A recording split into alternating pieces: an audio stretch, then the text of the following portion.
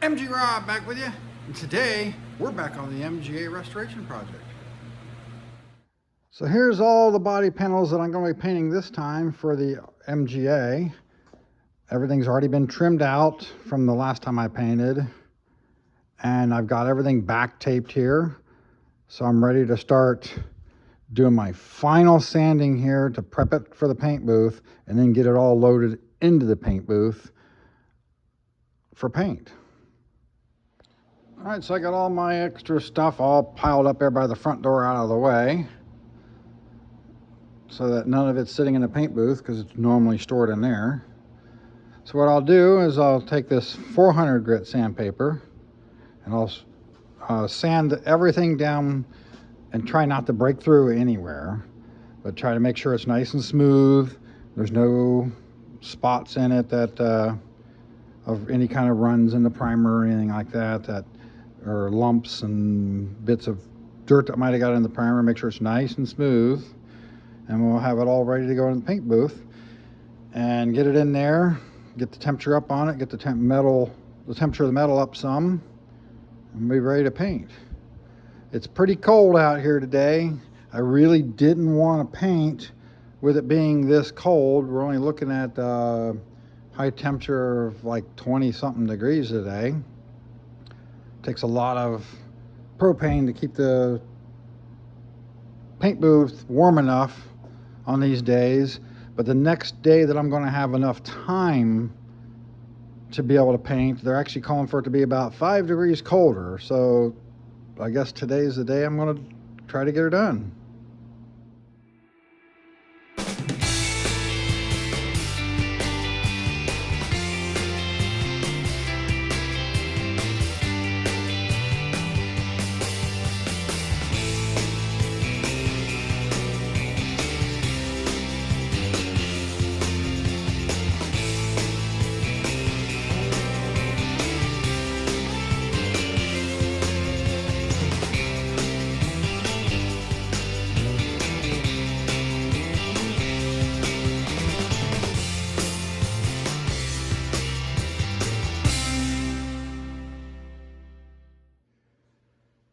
Well, there's one fender sanded and ready to go.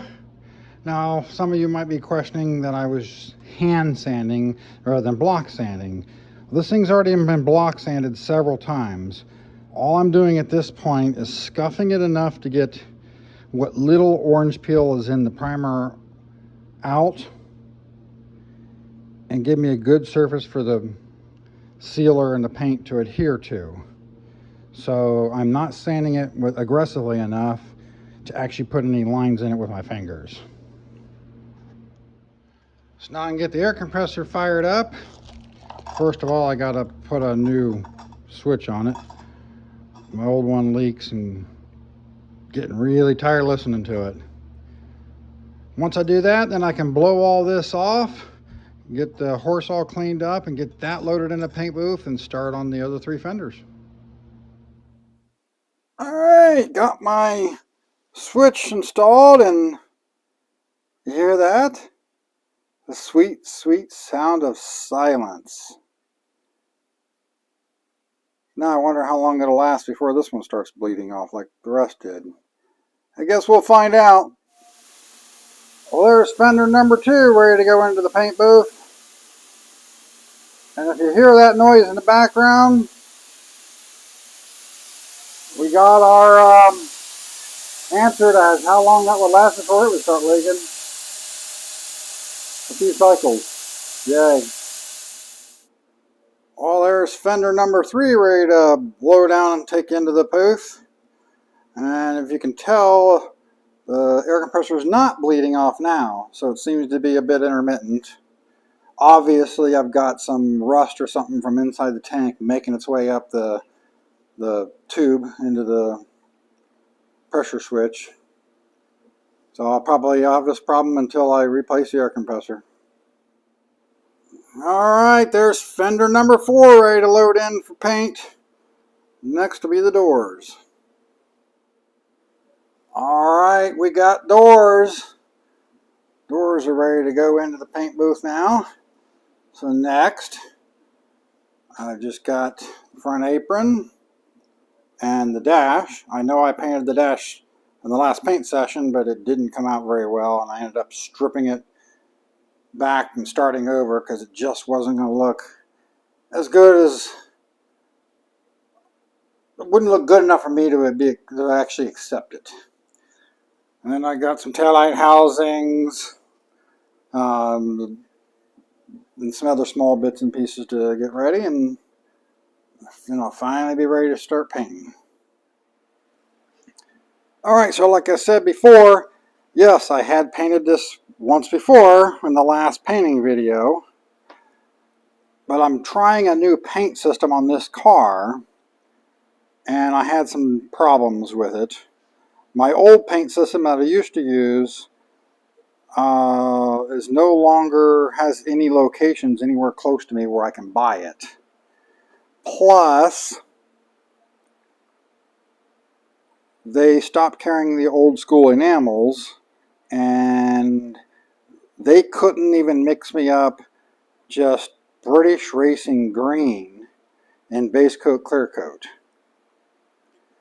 So I tried out this system, which they say they can do all the old colors in, but I'm really not happy with how the clear sprays in it.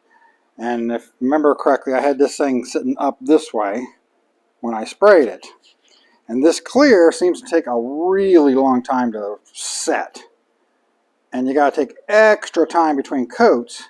And I didn't take, I guess, quite enough time. And even though when I was done spraying it, it looked beautiful.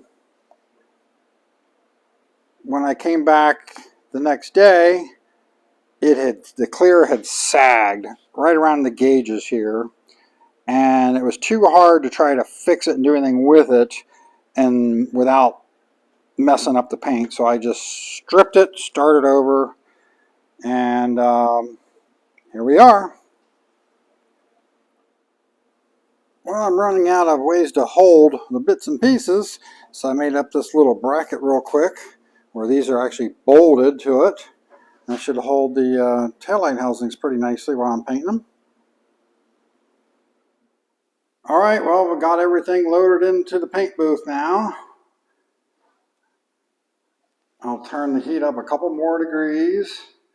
Let it warm up a little bit more in here while I wet the floor down and get everything prepared, get the paint ready.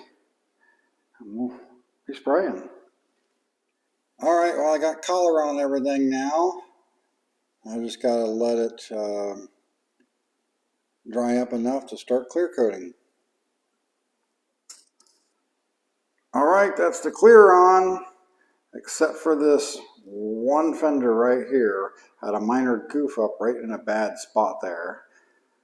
So I'm going to save that for later and do some light sanding and then paint it again and then clear it later.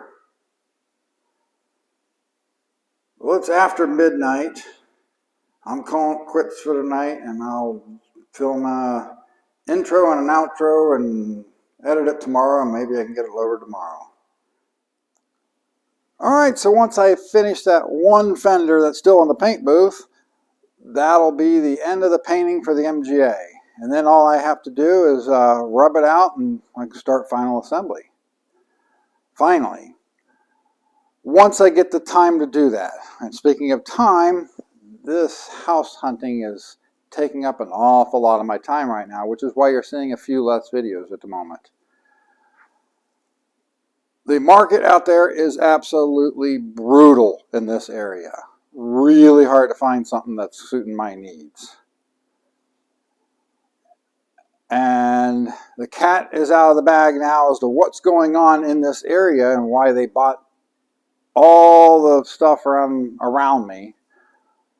And I guess it's made national news that Intel Corporation is building one of the largest facilities ever, I guess. A huge project, and there's more information coming out every day, and the information is constantly changing, but it's quite a huge investment into computer chip manufacturing for the U.S. They just put out a rendering yesterday of the area that's going to be the very first phase of the first buildings that they're going to be building. And it looks like the end of the one building is pretty much going to end up right about exactly where I'm standing right now. And as always, if you like what I'm doing, give me a like. Share with your friends. Subscribe. This is MG Rob. Later.